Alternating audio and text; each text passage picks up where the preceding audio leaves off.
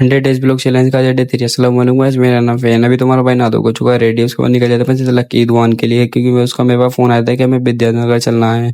फिर मैं आ जाता हूँ सीधा लक्की की दुकान पे। फिर लक्की भी नहा धो के रेडी हो जाता है। फिर हम निकल जाते सीधा विद्यानगर के लिए। उसके बाद हम आ जाते सीधा विद्याधर। फिर विद्याधर नगर में हम बोधे घूमते हैं, क्योंकि मैं जो लोकेशन जाना था वो लोकेशन मिल ही नहीं रही थी। फिर बोधे बाद हमें दिख जाती है कट्टों का गोदाम, जहाँ पर हमें आना था। फिर हम आए सीधा कट्टों के गोदाम के अंदर। फिर यहाँ से मेरी गाड़ी पे कट्टे धर के अपन निकल जाते सीधा लक्की की जीजू की गाड़ी के पास। फिर सीधा सारे कट्टे लक्की की जीजू की गाड़ी में धरने के बाद हम निकल जाते सीधा अपने घर के लिए। लेकिन उससे पहले हम रुकते हाइपर सिटी में। फिर यहाँ पर थोड़ी देर घूमने के बाद अपन निकल जाते फिर गाड़ी लेके अपने घर के लिए। फिर उसके बाद आया तू मैं सीधा मेरे घर पे। उसके बाद मैं गाड़ी लेके निकल जाता हूँ सीधा अरमान के पास, क्योंकि हमें लेनी थी 2-3 जोड़ी चप्पल है। फिर आए तो सीधा अरमान के पास। फिर इसको यहाँ से गाड़ी पे बिठाने के बाद मैं निकल जाते हम सीधा चप्पल लेने के लिए। उसके बाद आते सीधा चप्पल की दुकान पे। फिर यहाँ से एक जोड़ी चप्पल लेने के बाद हम निकल जाते सीधा अपने घर के लिए, क्योंकि हमारे नाप की चप्पल ही नहीं मिली थी यहाँ पर। फिर आते में हम रुक के पीते हैं रूअफ़ज़ा। गाड़ी लेकर मैं निकल जाता हूँ सीधा मेरे घर के लिए।